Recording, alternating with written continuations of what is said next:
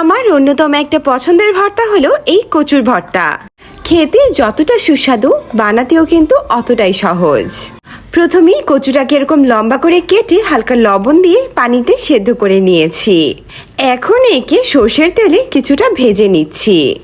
যারা মাটির চুলায় রান্না করেন তারা কিন্তু এই কচুগুলোকে পুড়ে ভর্তা বানাতে পারেন, তাহলে কিন্তু এর স্বাদটা আরও অনেক ভালো আসে।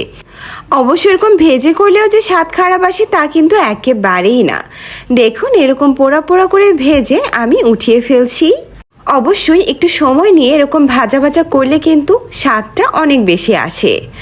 এখন সেই তেলে আমি দিয়ে দিচ্ছি কিছু পেঁয়াজ, কাঁচামরিচ আর রসুন। এখন এই সব কিছুকে অল্প সময়ের জন্য একটু টেলে নেব। এখন ব্লেন্ডারের যুগ, সো ব্লেন্ডার থাকতে তো আর বাটাবাটির ঝামেলা নেই। সো টেলে নেওয়া পেঁয়াজ, রসুন আর কাঁচামরিচকে দিয়ে দিচ্ছি ব্লেন্ডারে। তারপর এতে দিয়ে দিচ্ছি কচুগুলো। লবণটা একটু বুঝে শুনে দেব, কারণ আমি কিন্তু সেদ্ধ করার সময় লবণ দিয়ে সেদ্ধ করেছিলাম। এই তো ব্লেন্ডারে ব্লেন্ড ব্লেন্ড ব্লেন্ড অ্যান্ড হয়ে গেল আমাদের মজাদার কচুর ভর্তা।